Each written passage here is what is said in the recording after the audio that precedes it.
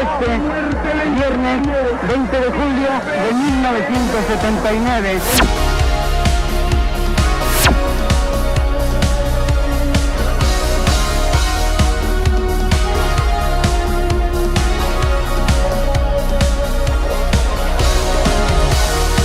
Edgar, qué honor tenerte acá, ¿cómo estás? Para mí es un gran honor. Estalló la revolución nicaragüense y en un año nuevo te acostumbras a vivir en la guerra, te acostumbras a ver a los muertos, te acostumbras a ver la violencia, te acostumbras a ver que la gente con toda normalidad salían las mañanas, las señoras salían a los mercados bombardeados a recoger de los escombros el jitomate y la cebolla y el ajo, porque había que vivir todos los días, ¿no? Sin embargo, encontré mucha comprensión de parte de mi esposa. Tenía yo una hija recién nacida. Bienvenidos al podcast Charlando con, donde exploramos las historias y experiencias de personas fascinantes de diversos ámbitos. Conducido por Carlos Alberto.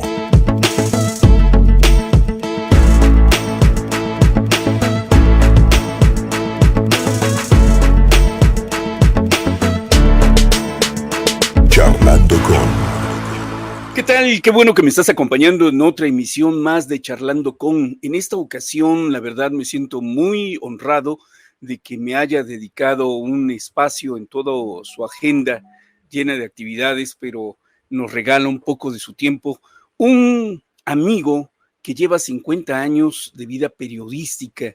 Dentro de estos 50 años, bueno, pues ha recibido diferentes premios nacionales, galardones, diplomas y sobre todo la experiencia de ser un periodista, de ser alguien que entrega la nota, que reporta la nota de una manera interesante y que sobre todo ha estado también como corresponsal de guerra en Centroamérica, en los principales países centroamericanos que estuvieron en conflicto en la década de los 70s, 80s y en España también. Y bueno, pues qué mejor que nos platique hoy en Charlando con de toda esta experiencia por la vida periodística, mi queridísimo amigo Edgar Hernández, a quien le doy la más cordial de las bienvenidas. Edgar, qué honor tenerte acá, ¿cómo estás?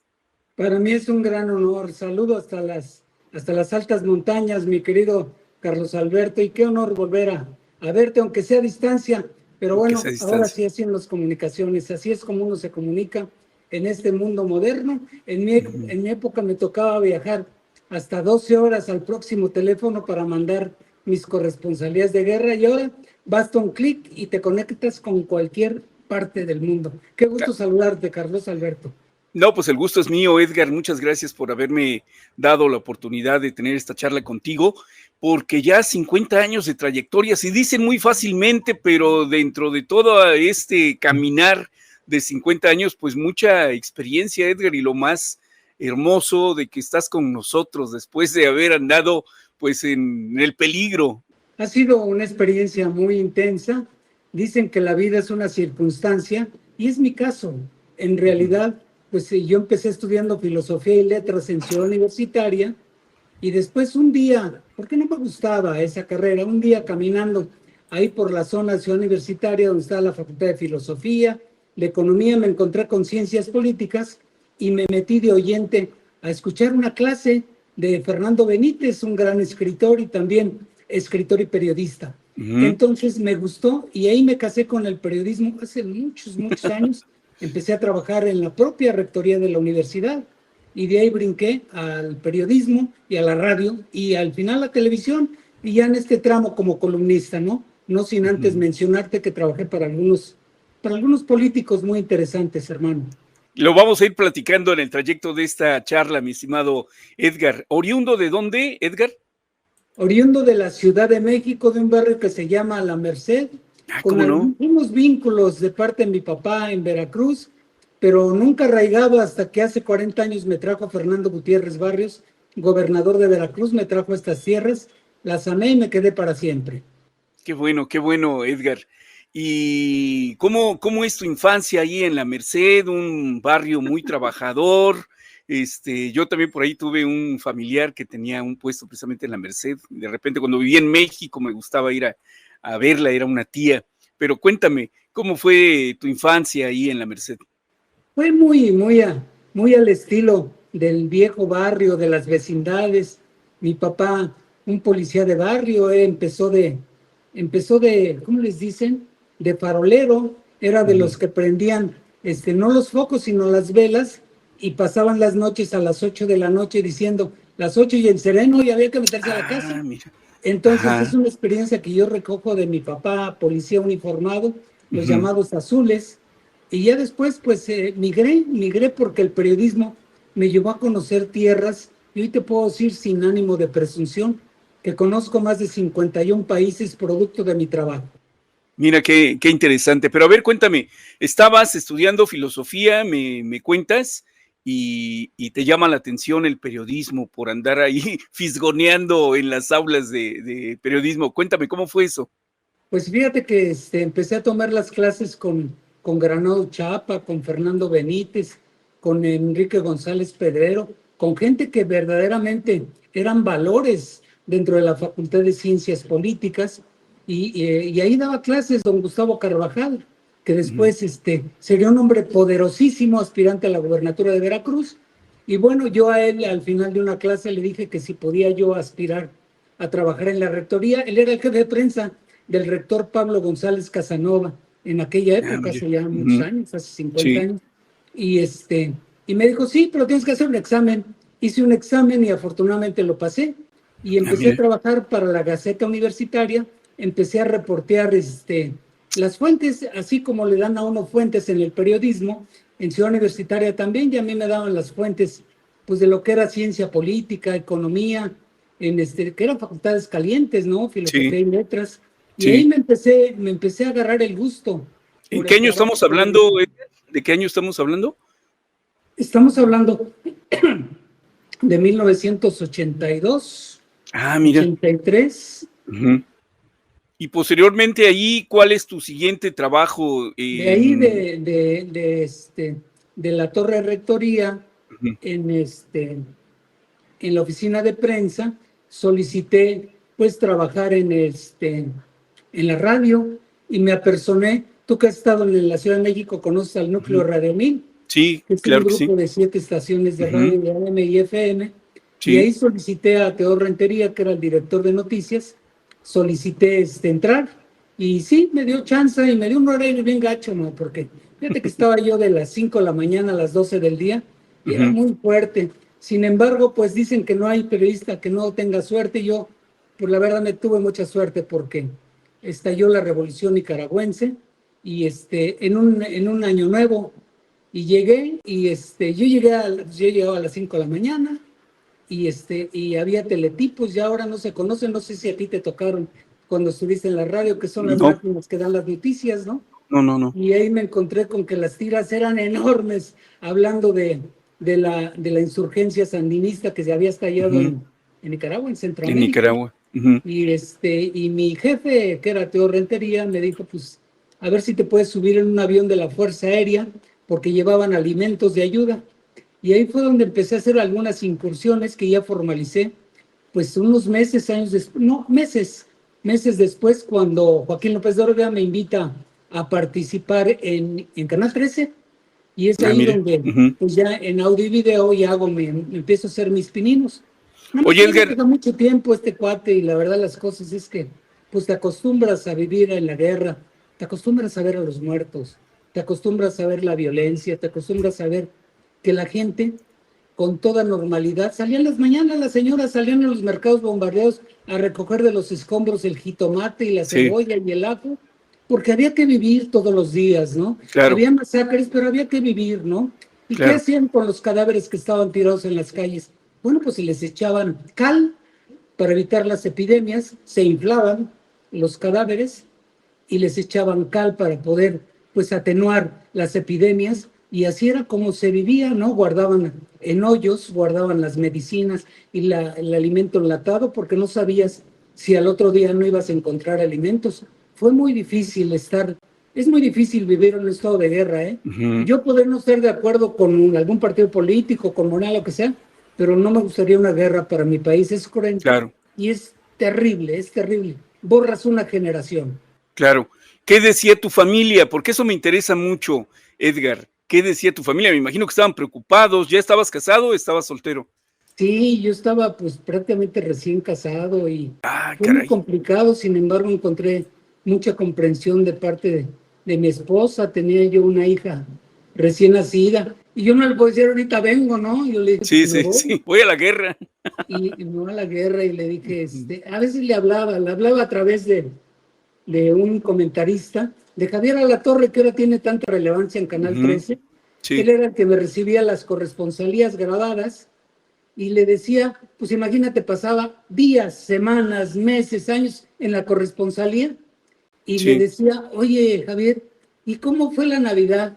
No, pues así fue, aquí echamos unas sidras y aquí festejamos. Le digo, habla a mi casa, ¿no? Y diles que estoy bien y que si en las noticias no se preocupen, que estoy vivo. Y así un poquito llevándomela, ¿no? Acostumbrándome pues a cosas muy fuertes porque pues, ya hubo un momento en que yo le caí mal a la dictadura de Anastasio Somoza, que era el presidente, era un Ujú. dictador. Sí, Y claro. lógicamente, pues me tuve que asilar en la embajada de México, ahí con Gustavo Iruegas, y Gustavo me mandó mandó un avión de la Fuerza Aérea, me regresaron a México, hablé con López Dóriga y él me dijo, no, aquí no queremos niños héroes. Le dije, es que yo quiero regresar, le digo, yo quiero ver, pues ya tanto tiempo que me tienes en la guerra.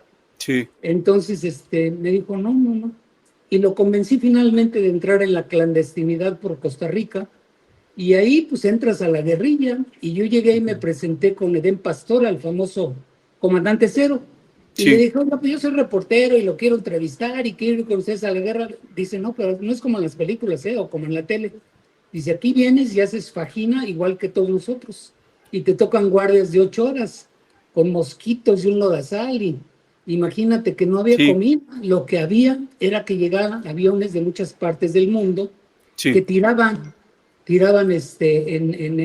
¿cómo se llama? En paracaídas, tiraban alimentos, pero Sí. alimentos enlatados, y México tiraba tortillas, me Ah, acuerdo mira. mucho, pero ya eran tortillas horrorosas, ¿no? Pero con hambre todo sabe bien rico. Entonces, pues yo me acostumbré mucho a la tortilla y me acostumbré a la crema condensada Nestlé, que sabe horrible en una temperatura de 40 grados, Sí, sí, sí, y a sí. trocitos de piña de Del Monte. Eso era lo que comíamos todo el día. Y el agua pues estaba contaminada, entonces le poníamos pastillas para poderla ingerir, ¿no? Y era muy complicado, ¿no? Yo de por sí prieto, imagínate con el sol, puta mano, pues ya llegué reconocible. Pero bueno, pues era parte de mi orgullo. Cuando recibí algún premio nacional, pues estuve muchos años fuera. Iba mi esposa, iba mi hija Cintia, iban a recoger los premios a Los Pinos, que Sí. daba presidente José López Portillo, Miguel de la Madrid, y eso era parte. Mi papá, en paz descanse, iba mi mamá Ujú. también. Y ellos recibían los premios, yo seguía en la joda, perdón, iba a hablarte como jarocho. No, Pero adelante, bueno, pues así adelante. era mi vida de periodista, hermano. ¿Cuánto tiempo estuviste en toda esta guerrilla, en lo que es Nicaragua, Costa Rica, que ya bien lo mencionas? ¿Cuánto tiempo transcurrió allá, Edgar? Hubo varias etapas que en un conjunto, pues completaron los 3 años, digamos, porque en la primera etapa, yo cubrí pues la guerra de Nicaragua, ¿no? En Centroamérica, y ahí estuve pues prácticamente un año hasta el triunfo de la revolución, y ya después de ahí, como el mataperros, ¿no? Matas un perro y eres el mataperros. Ujú. Entonces a mí López Dóriga me dijo, no, pues tú eres ya el experto en corresponsalía de guerra, ¿no? Y ahora te vas a Guatemala, que también estaban ahí Dios.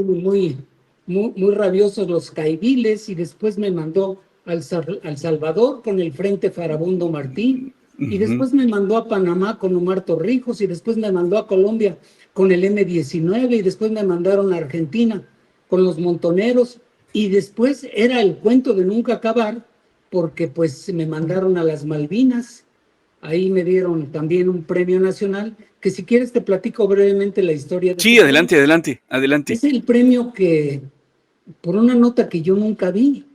Yo cuando llego a Buenos Aires con los camarógrafos, pregunto, ¿y dónde es el Teatro de la Guerra? Me dijeron, pues está bien lejos, hay que tomar un avión a la parte más septentrional, a la parte, pues, digamos, del Polo Sur, y volé a Comodoro Rivadavia, que es un poblado ya muy cercano del Cono Sur, ya muy cerca del estrecho Magallanes, y llegué ahí, y ahí pues no había nada, había el mar enorme, y había gente muy, muy gruesa de piel, porque hacía un calor y un frío horriblísimo, y ahí estuve cuando llegué y le dije a los fuereños, a los que habitaban ahí, oiga, ¿y dónde están las Islas Falkland, como le dicen los gringos, los ingleses? ¿Dónde están las Islas Malvinas? Me dijeron, mira, de aquí, del pie de la costa, a 10,000 kilómetros. Dije, puta, mami, ¿y ahora cómo cubro la nota? Entonces le dije al camarógrafo, dame el micrófono. Y le digo, y prende tu cámara, que atrás se ve al mar. Entonces yo agarro el micrófono y digo, bueno, pues estamos aquí en el escenario de la Guerra de las Malvinas. Aquí atrás se está sucediendo la invasión inglesa a los argentinos en las Malvinas. Y aquí le voy a dar el reporte de cómo está la guerra. Bueno, atrás yo nunca les dije que eran 10,000 kilómetros, ¿no? Entonces Claro. me regreso a Buenos Aires y le compro a la ABC de Londres, no, a la ABC, bueno, le compré a la cadena inglesa, le Sí, compré 40 segundos que me lo vendieron en $3,000, que era un chorro de lana. sí, En sí, sí. ATC, una televisora argentina, compré 40 segundos donde estaba la guerra, porque ellos traen sus portaaviones, sus corresponsales de guerra, y ellos traían imágenes de la guerra, ¿no? Entonces ya hablé con el editor de México, le dije, mira, pon mi entrada a micrófono, ilústralo atrás con la guerra y ponle mi salida, ¿no? Entonces, desde el Teatro de la Guerra, Edgar Hernández, corresponsal de guerra, ¿no? Y me Ujú. dio Miguel de la Madrid el Premio Nacional por una guerra que nunca vi, mi hermano. Casi, casi la labor radiofónica ahí, lo que hiciste, Edgar, ¿no? Casi Sí, comparado a también una tuve labor la radiofónica, sí. oportunidad. A mí el periodismo, no lo digo con vanidad, lo digo al contrario, con Ujú, respeto. A mí el periodismo se me ha dado de manera natural. A mí ujú. me dieron el primer premio nacional por el destape de José López Portillo. Y eso fue muy interesante porque yo era amigo de un viejo político que sigue siendo como mi hermano, él me dice el hermano negro, Ujú. que se llama Roberto Madrazo Pintado, ¿no? Ah, ya. Él Ujú. trabajaba en las líderes cenopistas, en Sí. las juventudes cenopistas, que era Ujú. una filial del PRI, ¿no? Y Sí. ese día me mandó mi jefe a cubrir la nota, yo estaba en Radio 1000, llegué a verlo y cuando entré me dijo, oye, te tengo la exclusiva, ¿eh? No va a ser Mario Moya Palencia el secretario de Gobernación y el candidato a la presidencia, va a ser el secretario de Hacienda, José López Portillo. Dice, échate la nota al aire y Ok. vas a volver a México. Entonces bajé corriendo al primer teléfono, no había celulares. Era el 22 de septiembre de 1976, bajé el primer teléfono. No me había dado cuenta que un compañero mío había escuchado el comentario de Roberto Madrazo y ahí andaba corriendo conmigo y le digo, ¿y tú qué? Dice, ya te oí y te voy a chingar, te voy a ganar la nota. Entonces me conecté al teléfono, hablé a Radio 1000. Ahí me contestó un locutor que no te voy a decir su nombre por respeto, pero me dice, aquí no te van, me dice, ¿qué vas a pasar? Le digo, pon el flash informativo para dar la nota. Dice, ¿qué nota va a hacer? Le digo, el destape, hermano, la nota del sexenio. Dice, ¿quién es? Le digo, José López Portillo. Me dijo, no puedes pasar al aire. ¿Por qué? Si es la nota del sexenio. Ujú. Dice, porque aquí el dueño de la estación apuesta por Mario Moya Palencia. Le dije, déjate de fregaderas, mano. El destape es le guste o no le guste al patrón. Ujú. Dice, pues aquí no pasas. Entonces hablé a la otra estación del núcleo Radio 1000, que es La Pantera, Radio 590, y ahí le dije a mi tocayo Edgardo Hernández, le dije, oye, pone el cassette del flash. Dice, ¿qué vas a pasar? Le digo una nota muy importante. Y ya él no me dijo ni de qué, puso el flash y pasé la nota. Y entonces la primera llamada que recibo, prácticamente segundos después de haber pasado la nota, fue la del dueño de don Guillermo Salas del Núcleo Radio 1000, diciendo que estaba yo despedido. de Ah, ministro caray. de Abril por haber dado una noticia que no correspondía a la simpatía que ellos tenían por Mario Moya Palencia, el secretario de Gobernación. Yo dije, yes, qué bueno, me gano la nota, aunque quede desempleado. Y a los 3, 4 días me instalaron, me hicieron subdirector de información, me mandaron a la campaña de López Portillo y al año siguiente, siendo presidente López Portillo, llevé a mi mujer y a mis hijas a que recibieran el premio ellas y les gustó mucho el detalle, eran muy chiquitillas mis hijas. Las llevé y ellas recibieron el premio nacional de periodismo y mi esposa recibió el centenario, daban centenarios. Entonces Mira, yo el papel me quedé con el cartón del primer premio nacional. fíjate que, pues, estuvo excelente, ¿no? Todo lo que te recompensó en esos momentos, el destino, Sí. la vida, Edgar. Oye, pues te tocó realmente una situación en América Latina muy pesada en los años 80 y que, pues, fue un proceso muy prolongado de las guerrillas que había en todo esto. De ahí, ¿cuándo regresas a México después de Fíjate que cubrir yo no, todo esto como corresponsal de guerra por yo realmente yo Centroamérica? no regreso porque estaba yo muy etiquetado con el trabajo de corresponsal de guerra. Sí. Incluso hubo situaciones, varias situaciones, donde yo llegaba del aeropuerto Ujú. y yo llegaba al aeropuerto de la Ciudad de México y en el aeropuerto de la Ciudad de México estaba el motociclista de Canal 13 y me dice, oye, dentro de 2 horas vuelas, ahora vas a volar a Paraguay donde hay un problema, ahora Ujú. vas a volar, un día me dijo, oye, pues, ¿sabes qué? Que vas a volar a Barcelona. Le dije, chingo, ¿ya Barcelona para qué? Dice, pues es que la insurgencia de ETA, del grupo de Sí, sí, Euskal, sí. Sí. está muy caliente y hay que ir a cubrir la nota. Le dije, oye, pues por lo menos déjame ir a mi casa a saludar a mi gente y a bañarme, ¿no? Dice, no, sale el avión. No me Entonces me digas. llevaba dinero. En las guerrillas no sirve el dinero en realidad, ¿eh? Y Claro. yo un reportero, que tampoco te voy a decir su nombre por respeto a él, que llevaba antes había unos cheques, ¿no? Que eran Sí, como de Mastercard, o no sé qué era para cambiar, no sé cómo les decían esos recibos, que sí. eran equivalentes a dólares, ¿no? No, Ujú. allá todo lo comprabas en dólares o entrabas a las casas a pedir que te dieran de comer, ¿no? Ahí la guerra es muy diferente, en la guerra no te puedes bañar, en la guerra no te puedes, no tienes medicinas, ¿no? En la guerra te tratan muy fuerte, ¿no? Sí. Es muy dura la vida en la guerrilla. Yo pensé que, por ejemplo, la mujer guerrillera, a quien admiro tanto, pues pensé que era como en las películas, ¿no? Que le tocabas con la guitarra en la noche y le decías que si la guerrilla, no, hombre, se ponían unas chingas horribles las Claro. guerrilleras, ¿eh? Y eran bien valientes, yo Se creo, aferran también. Ujú. eran más valientes que los varones. Yo eso es lo que constaté. Es muy entrona la mujer guerrillera y la mujer periodista. Yo las admiro. Oye, Edgar, ¿y se gana bien cubriendo y arriesgando la vida por el periodismo en una guerra? En mi caso sí, porque yo cuando me comisiona, Joaquín López Dóriga me comisiona la primera insurgencia para ir a Centroamérica, le dije, oye, estás en conciencia, tú estuviste en Vietnam, le dije a Joaquín, ¿estás en conciencia de que arriesgas la vida? Dice, por supuesto. Dice, no hay aseguradora que te garantice un seguro de vida en escenario de guerra. ¿Cómo tampoco te lo garantizan en un terremoto, no? Dice, Claro. pero nosotros te vamos a conseguir a través de Canal 13, a través de este corporativo, te vamos a conseguir de que si tú tienes un problema, te pague la institución, te pague el banco a través de Canal 13, ¿no? Y yo me fui más confiado porque dije, pues si me truena, pues por lo menos mi familia se quedará, pues, ¿cómo te diré? Protegida, ¿no? Ujú. En aquel tiempo Canal 13 estaba subsidiado por el gobierno, ¿verdad? Sí, pertenecía al Corporativo de Radio y Televisión de México, que era Canal 13, y ya después se convertiría, cuando llega Joaquín, se convierte en Imevisión, Ah, y ya. ya cuando llega Salinas Pliego, ya se convierte en TV Azteca, lo que soy. Ujú.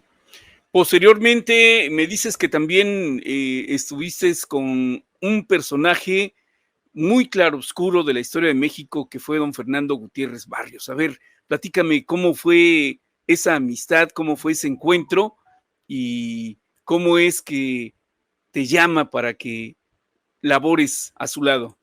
Ya en algún momento de la guerrilla, pues ya empieza a decantar y sobre todo, pues ya se empiezan a caer problemas diplomáticos, no así, por ejemplo, con Centroamérica, donde el propio López Portillo, pues apoyaba y avalaba, ¿no? La insurgencia, ¿no?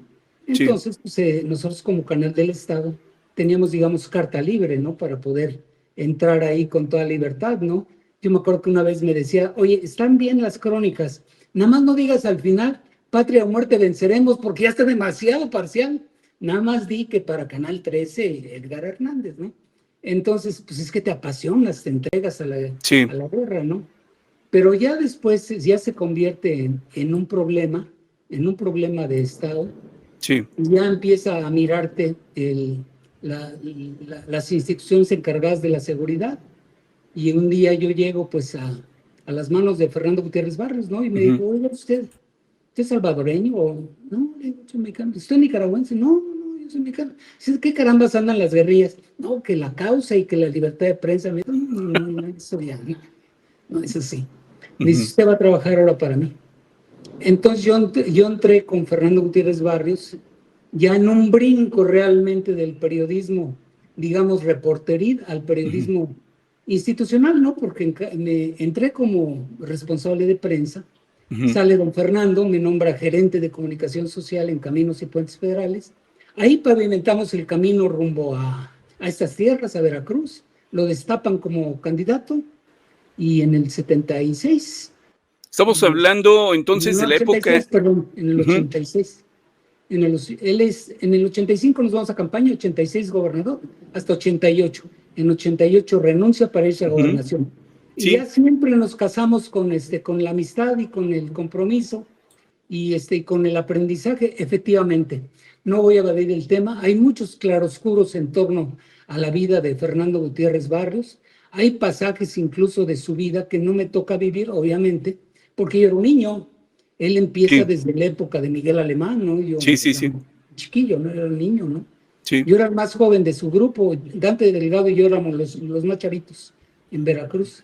Y ahí es donde empiezo a ver que don Fernando trae un historial de muchos claroscuros, de muchos matices, de muchas condenas y sentencias de parte de la opinión pública y también de muchas cosas interesantes, ¿no? En Veracruz, pues hizo 20 obras emblemáticas y bueno, se le quedó el mote de hombre leyenda, ¿no? Sin embargo, hay quien se acuerda de la masacre del 68, hay quien se acuerda del 10 de junio del 71, hay quien se acuerda de su lucha contra la Liga 23 de septiembre, y hay quien se acuerda, pues, como Rosario Ibarra de Piedra, que un día fue a Gobernación y le dijo, oiga, a ver, don Fernando, yo quiero que usted me diga la verdad, ¿dónde está mi hijo? ¿Está desaparecido? Yo voy a fundar el movimiento Eureka. Y don Fernando le dijo, porque a mí me lo dijo don Fernando. Don Fernando le dijo, mire, doña Rosario, si usted me pide que sea sincero, yo voy a ser sincero con usted. Su hijo está desaparecido. Su hijo en algún momento se perdió en el campo militar número 1. No sabemos por qué es un tema militar, si lo llevaron en un avión y lo tiraron al mar, no sabemos si lo incineraron, no sabemos de su hijo. Lo que sí sabemos es que hizo muchas tropelías y por eso lo detuvo el ejército mexicano. ¿Está usted satisfecha?, le dijo a Rosario. Le dijo, claro que no, porque si yo acepto que mi hijo ya está muerto, entonces ya no va a servir mi movimiento Eureka, entonces ya no voy a tener una causa por la cual luchar. Dice, entonces cada quien que se quede con su verdad. Y así siguió Rosario Ibarra hasta que se murió, ¿no? Entonces a la fecha siguen los desaparecidos. Fíjate, qué interesante. De ahí estamos hablando en el periodo de Carlos Salinas, precisamente cuando lo hacen gobernador a don Fernando. Entonces, ¿es cuando llegas a Veracruz, Edgar? Sí, nosotros llegamos para el destape. A mí me toca preparar todo el destape en el CEN del PRI, dar a conocer la noticia. Por ahí te mandé mi columna donde relato, con motivo de la muerte de Ponce Coronado, te mandé mi columna donde relato pues el destape de Fernando Gutiérrez Barrios, un 22 de septiembre del 85, y de ahí nos vamos a Veracruz. Y en Veracruz, pues todos nos alojamos en el Hotel Jalapa, Pues así era la costumbre, y era el PRI, y era pues la forma, ¿no?, de hacer las cosas. Y a mí yo adoraba Jalapa, me gusta hasta la fecha mucho, ¿no? Hermoso, ¿ah? Sí, y le decía a don Fernando con Ponce Coronado, un compañero mío, le decía, oiga, don Fernando, pues yo creo que nosotros nos vamos a quedar aquí. Y nos dijo, no, hay planes dentro de 2 años para nosotros. Y en ese plural, en ese compartirnos, pues ya nos quedamos hasta que se vino la renuncia a los 2 años de gobernador y nos regresamos a la Ciudad de México a la Secretaría de Gobernación. Ya no te quedaste entonces con Dante, porque después de él viene Dante, ¿no? No, fíjate que no, yo tuve algunas diferencias con Dante porque, pues a mí, don Fernando, en algún momento, después de 1 año de gobierno, al segundo año se regresó, me dijo, vamos a poner a jugar ante la opinión pública a través de las columnas a 2 personajes que me interesa ver qué opina la ciudadanía, a ver qué opinan los líderes de opinión. Uno es Raúl Ojeda Mestre, que es el secretario de Finanzas, y otro es Dante Delgado, que era el secretario de Gobierno, ¿no? Entonces, pues yo le hablaba a determinado columnista y le decía, oye, pues vamos a echarle un pial a Raúl Ojeda Mestre, ¿no? Vamos a echarle un pial ahora a Dante. Y Dante siempre pensó que era una campaña mía. ¿Cómo le iba yo a brincar a Gutiérrez Barrios? Yo le dije algún día, ¿cómo le voy a brincar? Pues él me mandó. A ver, pues no puedo ser tan descarado de decirte, oye, a ver, no me acuses de algo que no es cierto. Aquí no se mueve el pétalo de un árbol, la hoja de un árbol, si no lo manda Gutiérrez Barrios. Claro. Pero nunca me creyó, no hicimos buena amistad. El día que volamos Ponce Coronado, el mayor Félix y yo con don Fernando a la Ciudad de México para que en la noche rindiera protesta como secretario de Gobernación, nos acompaña el gobernador entrante Dante Delgado, y ahí en el aeropuerto me dice, tú no vuelves a entrar a Veracruz porque te meto a la cárcel. Entonces yo tenía 2 metros a don Fernando y le digo, oiga, don Fernando, fíjese que Dante me dice esto, y le hace así, Dante, ¿cuándo vas a entender? Somos un equipo. O sea, con esas lecciones de tranquilidad y de equilibrio, de todas maneras nunca regresé, por si las likes. Por si las dudas. Oye, pues fue toda una escuela Gutiérrez Barrios de muchos políticos también claroscuros acá en el estado de Veracruz, entre ellos precisamente Dante Delgado, Fidel Herrera. ¿Tuviste algún acercamiento también con Fidel? Sí, un día me llamó y me dijo que me le pegara a Javier Duarte, que yo, que venía de la jefatura de prensa de don Fernando durante pues, prácticamente 21 años, hasta que murió prácticamente, no como jefe de prensa el día que murió, no, sino cercano a él, y manejándole cosas de medios, ¿no? Entonces me vine para acá, me entrevisté con Javier Duarte, un hombre que tenía mucho apetito, muchas ganas, pero vi que tenía ¿cómo se dice? Muchas bolas arriba, ¿no? Tenía mucho juego alrededor y no le veía alguna definición. Le dije, mira, piénsalo bien, voy a estar aquí si quieres unas semanas, y le piensas a ver que no, que quédate, que mira, no, finalmente decidí que no era así. Yo venía de un estilo diferente, aun cuando le reconocía el talento, la verdad, a Javier Duarte. Sí. Entonces ya en algún momento me dijo, oye, ¿y cómo la ves aquí? ¿Quién es tú que escribes? Ya escribía yo la columna en Jalapa, en Veracruz. Le dije, pues yo creo que aquí hay varias gentes, ¿no? Entonces ya se decidió una dama que finalmente terminó en la cárcel. Total que fue muy complicada la gobernanza de Javier, ¿eh? Sí. Bueno, entonces vamos a regresar nuevamente a don Fernando. Ya una vez que se va como secretario de gobierno con Carlos Salinas, tú allá también te vas para la Ciudad de México. ¿Qué pasa con el periodismo? Porque tengo entendido que ellos te colocan en otra área que no tiene que ver con el periodismo. ¿O estoy equivocado? A ver, clarifícame un poquito eso. Estás en lo correcto. Yo, de origen, yo me acuerdo que 15 días antes me llaman ahí en Palacio de Gobierno, ya subo a verlo y me dijo, oiga, necesito que vaya a ver al subsecretario de Información, que es Fernando Pérez Correa, allá en Gobernación. Entonces, ya platiqué yo con él. Y yo llegué a la Secretaría de Gobernación. Fernando Pérez Correa me recibe con una gran distinción y atención. me enseña las oficinas, muestra a los colaboradores. De hecho, él quería ya que tomara posición. Yo le dije, no, yo no puedo hacer eso, señor. Yo tengo que regresar con el recado al gobernador, pues nosotros todavía estamos en funciones. Dice, bueno, pues a ver qué dice don Fernando, y yo me pondré en contacto con él. Ya en la víspera, cuando nos regresamos el día del segundo informe, en la tarde-noche, llama a Ponce Coronado y a mí, y a Ponce le dice que le prepare un discurso breve, que iba a pronunciar a las 0 horas con 1 minuto, y que le anexe la lista de los primeros colaboradores.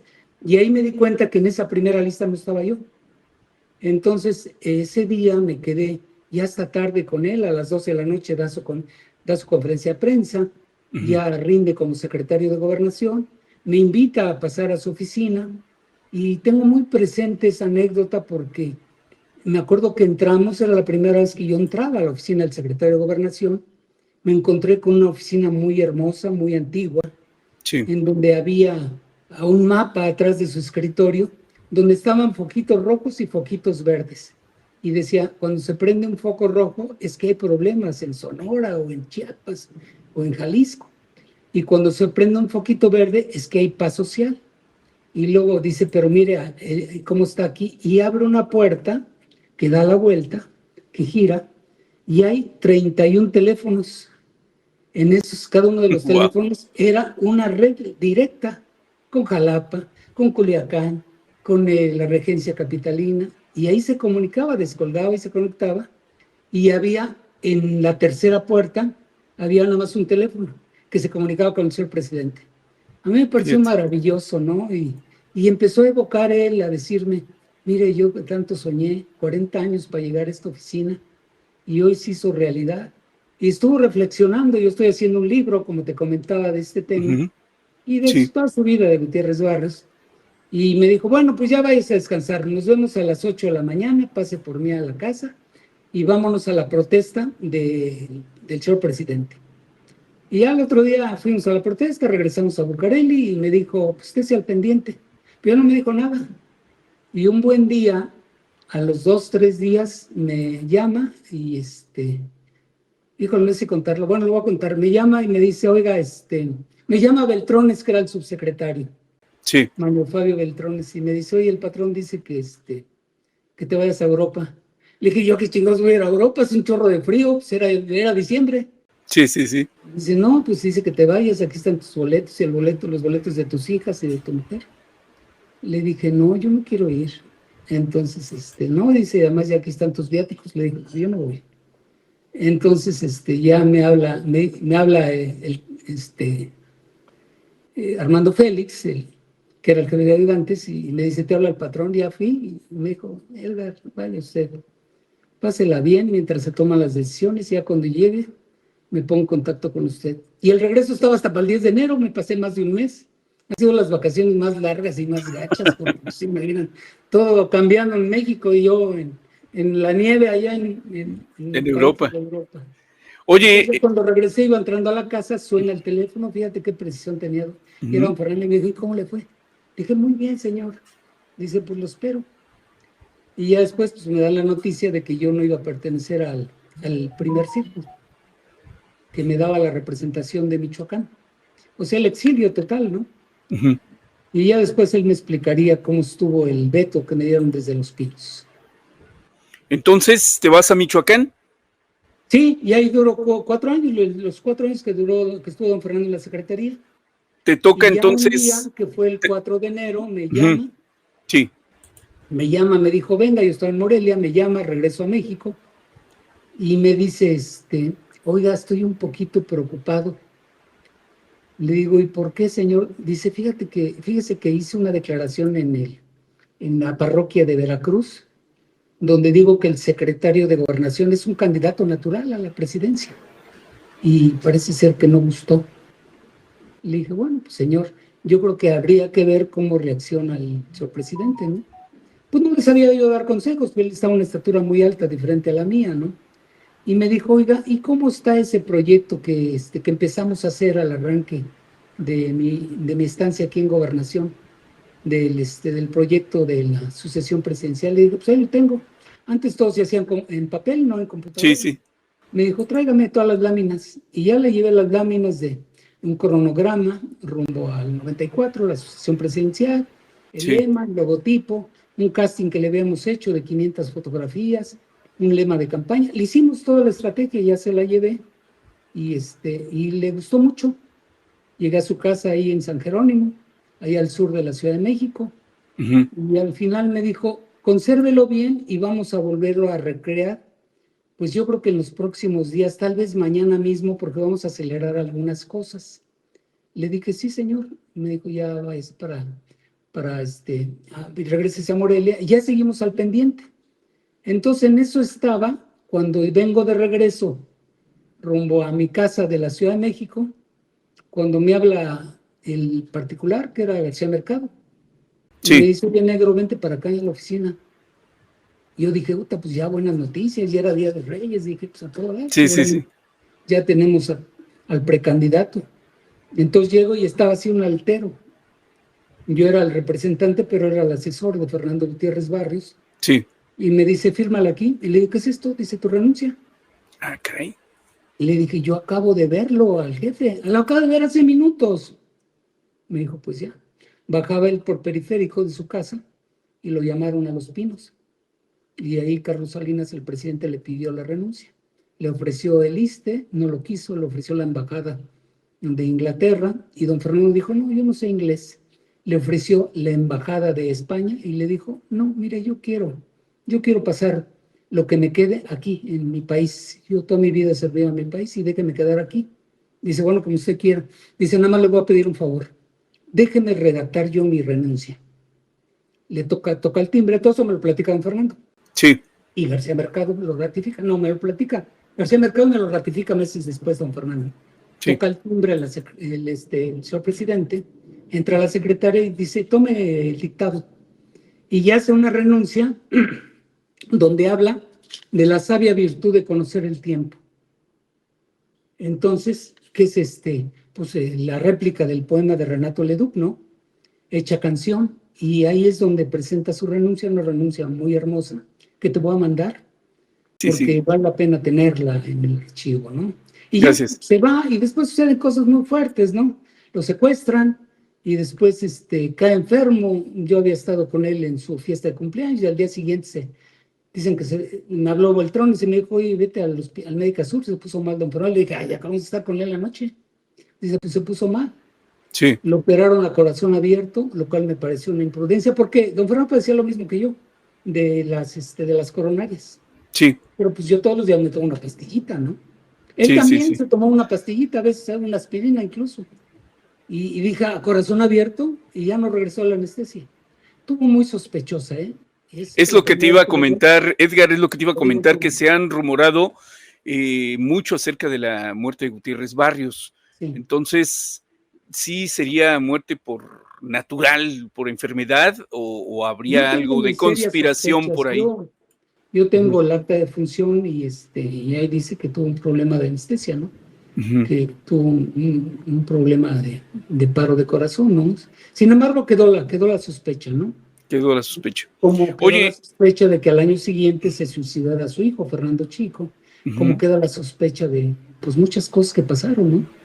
En donde oye, Edgar, ¿y cómo era la relación de otro personaje, claro, oscuro también para la historia de México y que ya creo que nunca se volvió a saber de él, o al menos yo no tengo información, que fue Córdoba Montoya, precisamente, que estaba muy unido con Carlos Salinas?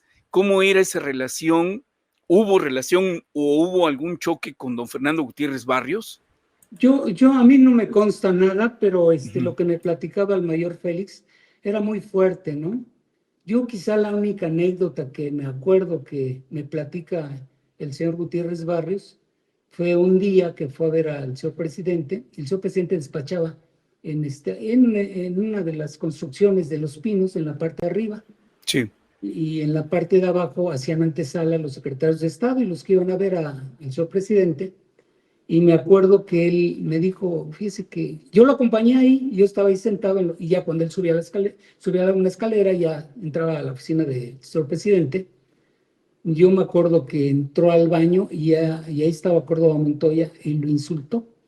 Y él salió muy molesto, muy incómodo. Me dijo, este señor es muy grosero. Me insultó. No se pudo aguantar, él era súper discreto. Pero lo que me platica, pues, Armando Félix Contreras, es que hubo muchas diferencias. Y lo que escribe en muchos libros también es que tiene una gran verdad, ¿no? Porque esconde, pues, el poder tras el trono que tenía Joseph Córdoba Montoya. Sí, así es. Perfecto, Edgar. Y has escrito, bueno, ahorita estás en desarrollo de este libro que yo creo que vamos a esperar con ansia sobre don Fernando Gutiérrez Barrios. ¿Qué otros libros has escrito? Me comentabas hace unos días que platiqué contigo sobre también Luis Donaldo Colosio. ¿Escribiste sobre él? Sí, escribí un par de libros sobre la guerrilla, la guerrilla internacional, porque yo viví buena parte o una parte de ella en algunos países. Me tocó, por ejemplo, ver guerrillas, o no guerrillas, insurgencias, como la de Polonia, ¿no? Con Lech Walesa, ¿no? Sí. Era el líder sindical poderosísimo, ¿no? Equivalente a Fidel Velázquez, pero poderoso. Y viví también a Septiembre Negro en Alemania, ¿no? Entonces, yo escribí sobre la guerrilla internacional y también escribí sobre la insurgencia en Centroamérica.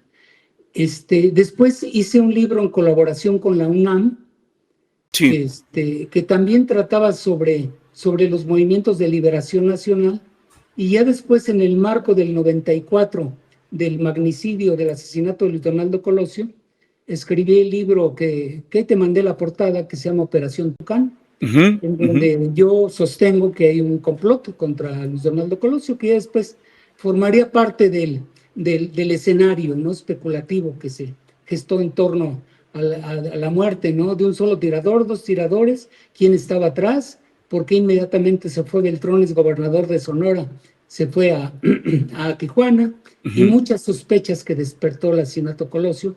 Y ahorita estoy preparando el poder y la gloria de Fernando Gutiérrez Barrios.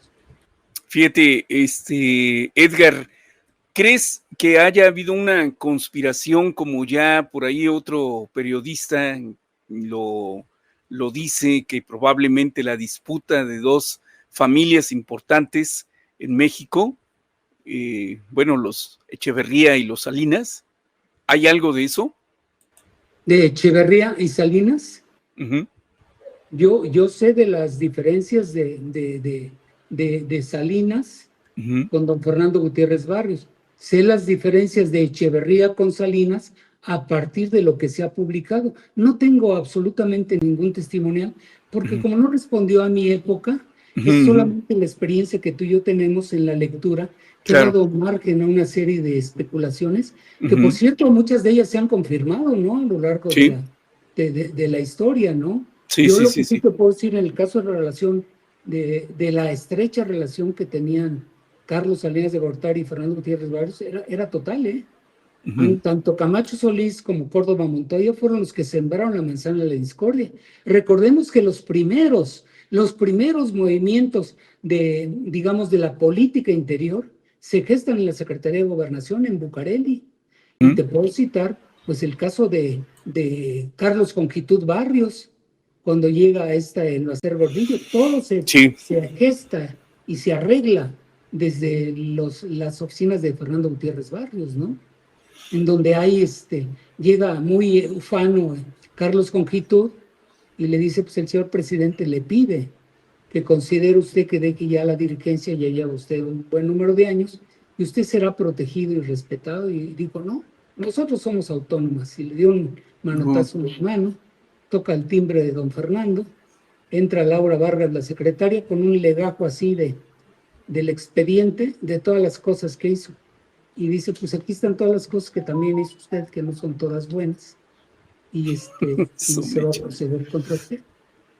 Entonces, pues, el gordo Conjitud se hizo chiquito, y dijo, pues yo creo que más vale hacer diálogo, ¿verdad? ¿Decías? Dice, ¿me permite que le recomiende a alguien? Le dijo Conjitud.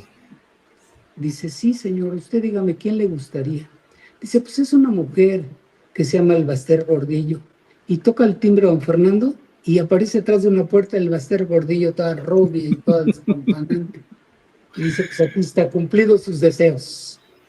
Y así cae Wow. con esa sobriedad del caballero de la política, se lo que te friega, ¿no? Y lo tumba, ¿no?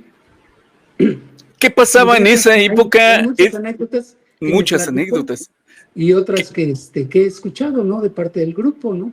¿Qué pasaba en esa época, Edgar? Porque estoy seguro que también has de haber puesto atención a lo que estaba ocurriendo en los políticos que estaban alrededor con un Andrés Manuel López Obrador que durante muchos años, bueno, pues fue priista y que precisamente también se meneaba en esas altas esferas. ¿Qué pasaba ahí? Fíjate que en realidad habría que ver que para ese momento histórico, para esas fechas, López Obrador era un personaje muy pequeñito. Él tenía una Uh-huh. gran opinión de Fernando Gutiérrez Barrios, incluso Uh-huh. en uno de sus libros habla de Fernando Gutiérrez Barrios y habla de él como una gente que respeta acuerdos, ¿no? Habrá que recordar que en la época de Fernando Gutiérrez Barrios, López Obrador estaba en Tabasco, ¿no? Y estaba en Tabasco trabajando para la institución priista, ¿no? Uh-huh. Entonces realmente no había mayor problema, ¿no? El problema se empieza a gestar ya cuando la gobernanza de Roberto Madrazo Pintado, ¿no? Uh-huh. Es cuando empieza a alterarse y a salirse y a querer ser el gobernador y a hacer sus famosas marchas a México. Después el apetito se va a la presidencial en 2006 y después se viene todo este mare magnum hasta que le abre las puertas a Enrique Peña Nieto. Sí, súper interesante todo lo que has vivido, Edgar, todo lo que me platicas y que realmente pues enriquece, yo creo que la historia periodística de México. Edgar, dentro de estos premios que has recibido y que han sido muchos galardones, premios nacionales de periodismo, hoy, si la vida te volviera a dar la oportunidad de decirte, Edgar, en estos momentos tienes, no sé, 15 años, ¿te gustaría ser periodista? ¿Qué dirías, Edgar? No, pues realmente yo me casé con el periodismo desde muy chavito. El periodismo, es cierto, trae éxito y fracaso, pero a quien le trae éxito le trae una enorme soledad. Al final del camino volteas y dices, ay caray, ya mi gente se fue, ah caray, Sí. ¿y dónde está mi esposa? Y ah caray, ¿dónde quedaron mis amigos? Yo me acuerdo que alguien me decía, ¿por qué no eres normal, no? ¿Por qué no vienes los fines de semana y tomamos cerveza y jugamos dominó? ¿Por qué siempre andas para allá y para acá y ahora vuelas allá y ahora vuelas para acá y ahora estás en compromiso? Pues no sé, a mí me gusta, el periodismo está mal decirlo, pero el periodismo es como una droga. Y la verdad Sí. de las cosas es que también va acompañado de una vocación y una convicción. Yo soy, como tú bien sabes, un recio crítico de Morena, del sistema gubernamental y de sus gobernantes. Y lo soy porque amo a Veracruz. Y pareciera una crítica porque lo es. Yo quisiera un Veracruz mejor, con buenos gobernantes y no con tramposos, con tranzas y que no me están engañando a los veracruzanos. No se puede modificar la Constitución para que venga una fuereña a gobernarnos y que nos marque la pauta con desplantes y con enojos. Así no se gobierna. Don Fernando tenía una mano de hierro, pero tenía un guante de Uh-huh. terciopelo, donde te apretaba y sentías el poder. Lo sentías muy fuerte. El día que yo le renuncié, porque un día tuvimos un desencuentro, don Fernando y yo estando en Veracruz, de coordinador de comunicación social, Sí. y ya le digo a la secretaria, quédese ahí al frente, le digo a mi colaborador, que era Roberto Villarreal, oye, ahí quédate ahí al frente de la oficina, voy a la Ciudad de México, no les dije que ya estaba renunciando, y redacté 3 líneas, y ya salía yo, y en la puerta me agarra Luis de la Barrera, y me dijo, compadre, de aquí no Sí. sales. Dije, chinga, ¿por qué? Pues mira, de aquí no sales. Así como hay cortesía, también hay firmeza. Que subas a ver al gobernador. Y pues imagínate, ya con ese calambre, pues yo me temblaba, creo que hasta las rodillas, chingado. Ya subí y me dijo, Edgar, ¿cómo está? Pues bien, señor. ¿Cómo le fue? ¿Cómo está la familia? Nunca me mencionó que le había yo renunciado, ¿no? Sí, sí, sí, sí. ¿Qué tiene preparado para hoy? No, pues esto, señor, dice, vaya usted, vaya usted. En la tarde venimos, platicamos y nos tomamos un cafecito. Él no tomaba café, nos tomamos un cafecito y Nunca me mencionó que por qué me iba o cuál era mi coraje, ni nada de eso. Así era su delicadeza, pero atrás una mano bien dura, man. Sí, sí, sí, sí. Oye, Edgar, y posteriormente de todos estos encuentros y que te dedicas también hoy ya a escribir libros, a colaborar con la Universidad Nacional Autónoma de México, estoy seguro que también has impartido conferencias, has hablado sobre toda tu trayectoria. ¿Qué viene ahora para Edgar Hernández, ya como pues un amante del periodismo? Porque eso es lo que veo, eres un amante total del periodismo. ¿Qué viene, Edgar, de todo este legado que pues has ya hecho? Pues mira, yo soy un convencido de que el periodismo va acompañado de causas.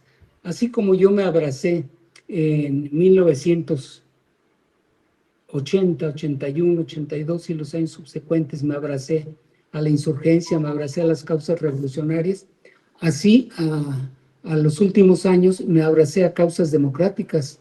A mí no me da vergüenza decir que yo apoyé en el 18 y en el 24, en estos dos últimos periodos, apoyé a José Francisco Yunes Zorrilla, no me da vergüenza. No fui parcial, yo simplemente reproduje su pensamiento político. Yo tenía ganas que él fuera el gobernador, pero pues algo pasó. Varios teníamos ganas, ¿eh? Varios teníamos ganas. Pasó, y sobre todo algo pasó hace 2 años, ¿no? Porque nosotros estábamos con la idea, yo estuve trabajando en lo que era el cuarto de guerra, y nosotros teníamos la información de los encuestadores de Milei, el presidente argentino, donde los contratamos y ellos nos mandaban las cifras cada semana y nos mandaban datos verdaderamente abismales de victoria por 30 puntos, por 28 puntos, por 26 puntos.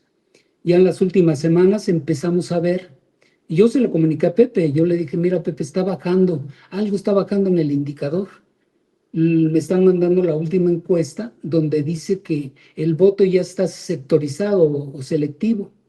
Ya la gente de la zona del Estero, que incluye hasta Medellín y Alvarado, toda esa zona del puerto y Boca del Río, y digo, sí hay simpatía por Yunes, pero por la gente de Miguel Ángel Yunes, que ya ves que finalmente sería senador suplente y diputado de la familia. Sí. Entonces, digo, veo un voto selectivo. Dice, le digo, y también veo zonas que como que la están cautivando, como que de repente voltearon. ¿Por qué? Pues porque están llegando con mucha fruición el dinero de los programas de bienestar. Entonces ya, eso fue ya, digamos, ya en la víspera, pero ya unos días antes yo le llevé la última encuesta y le dije, estás 2 puntos arriba. Entonces me dijo, es un empate técnico. Dice, en empate técnico yo gano, dice, a menos que le metan la mano. Y le metieron la mano. Perdimos 1 millón de votos, hermano, tú lo sabes. Sí. 1 millón de votos. Sí, también estoy muy cerca de toda esa bueno, pues tú aportaste contienda, sí. De la zona de las altas montañas, de la ciudad de Córdoba. Tú estuviste apoyando y tú sabes cómo estaba la gente, tú tenías el pulso. Igual que nosotros, bueno. Pero pues algo pasó, ¿no? Algo pasó que todos sabemos que fue un vil fraude. Oye, Edgar, me llama mucho la atención que estando precisamente en las guerrillas y que conociste prácticamente ideas izquierdistas o ideologías izquierdistas, hoy escuchándote como que no haya esa comunión con la izquierda mexicana, refiriéndose a Morena. ¿Realmente son izquierdistas o realmente es una embarrada de izquierda, por llamarlo así coloquialmente? Fíjate que dentro de mis múltiples incursiones en el periodismo, conocí, digamos, el verdadero socialismo, que no comunismo, como el de La Habana, el de Cuba. Conocí el de Varsovia, el de Polonia, ¿no? Conocí el de la vieja URSS, la Unión Soviética hoy mismo, digo, la Rusia hoy mismo, ¿no? Antes la Unión Soviética. Conocí realmente lo que era la esencia del pensamiento político ideológico, ¿no? Pero cuando entras al famoso revisionismo de Morena, te encuentras con muchas contradicciones. A ver, si yo entiendo que en Cuba, que yo estuve meses haciendo lo que era la historia de 50 años de la Revolución Cubana, pues yo sí me encontré con verdadera vocación, ¿no? Sí me encontré con algunas cosas que no me gustaban. Por ejemplo, había vigilantes de barrio y que eran el equivalente a los chismosos que decían, oye, este está hablando Sí, mal de sí, su sí. pueblo. Pero no, eso como extremo, ¿no? Pero en esencia había un idealismo muy importante. No así con Morena actualmente, ¿no? A ver, el periódico que tenían en Cuba o en Rusia, pues no es el mismo que tienen aquí, que sirve para envolver los pellejos del gato, ¿no? O sea, Sí, es sí. bonito, ¿no? Igual hacen sus cruzadas en favor del aleccionamiento, pero todo va encaminado a juntar una bola de vándalos y de pillos que entran sin conocimiento y entran a la rapiña. Y ese no es el socialismo, ese no es el Claro. comunismo. Yo abracé, por supuesto, yo me casé mucho con la idea de la izquierda, pero la verdad la izquierda que yo vi es bien diferente a la de Morena. Y mira que ya van 7 años, como para decir, bueno, esto sí es bueno, ¿no? Pero te asomas a las 3 obras emblemáticas y las 3 llenas de ratería. Te asomas a cómo se han distribuido las posiciones de poder y ves que hay mucho impreparado. Le abren las puertas a los gays y no es gente preparada, ¿no? No es que uno cuestione los cambios y la evolución de la sociedad, lo que uno cuestiona es cómo no ayudan a la sociedad, cómo los representantes populares están más interesados en el grito y en el escándalo que en ayudar a la causa y difundir la ideología de Morena. Aquí no hay movimiento de regeneración nacional, no hay regeneración, es degeneración del movimiento. De generación. Oye, Edgar, ¿y cómo ves entonces la realidad que está pasando Veracruz y sobre todo también el país? ¿Y Fíjate que, cuál sería tu pronóstico para, pues no sé, en 10 años?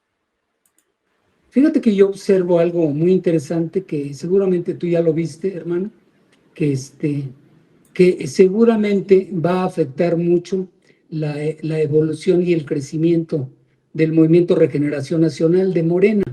Lo que no pudimos hacer los mexicanos a través de partidos políticos que ya todos están agonizando, lo que no se pudo hacer a través de una oposición real que no acabó de crecer, lo que no se pudo hacer a través de líderes de opinión ni líderes naturales de pueblos, regiones y pensamiento político, lo está haciendo Estados Unidos. Curiosamente, la mano firme de Donald Trump es la que está imponiendo. Y vamos a ver qué tanto puede estirar la liga. Si estira lo suficiente para que se reviente, por ahí va a venir la ruptura de Morena. Y una ruptura que yo no veo a 10 años, yo la veo para el 30, ¿eh? Yo la veo ya con síntomas graves para el 27. Yo veo que ya dentro de Morena hay una profunda división. Yo veo que ya están aflorando todos los pillos que tiene Morena. Yo veo que realmente hay un deslinde entre el Morena viejo, el Morena de la raíz de López Obrador, al Morena de Claudia Sheinbaum. Hay dos Morenas dentro de Morena y veo también que realmente hay una pelea de todos contra todos dentro de Morena y eso los va a destruir. Edgar, yo sabía que esta plática iba a ser tremendamente interesante. Te agradezco mucho. Desafortunadamente el tiempo siempre pues es nuestro peor enemigo, ya se nos vino encima, pero híjole, quedan muchas preguntas, muchas interrogantes en el aire y la verdad yo quiero felicitarte por esta entrega a la información, por esta entrega al periodismo y sobre todo también por ser una persona fiel a tu vocación y que en estos 50 años que tienes como periodista y que has recibido todos los premios del mundo, yo creo que el más satisfactorio es precisamente el llevar la información a las personas y que estén ellos pues bien despiertas con lo que el periodista escribe, con lo que el periodista dice. Edgar, te mando un abrazo con todo mi cariño, con todo mi afecto. ¿Algo más que desees agregar en esta charla?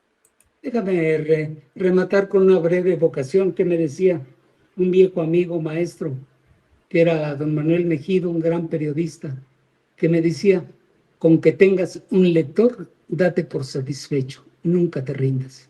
Te abrazo con mucho afecto, hermano.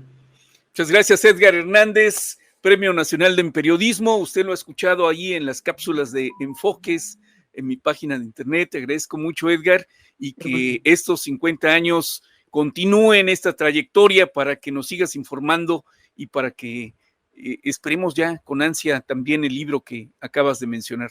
Gracias, Edgar Hernández. Muchas gracias. Muchas gracias. Gracias, amigos del auditorio, y estaremos escuchándonos en el próximo episodio de Charlando Con. Pásela bonito. Gracias. Gracias por escucharnos. Esto fue Charlando Con. No olvides suscribirte a nuestro podcast y seguirnos en nuestras redes sociales para estar al tanto de las últimas novedades. Charlando Con. Hasta la próxima.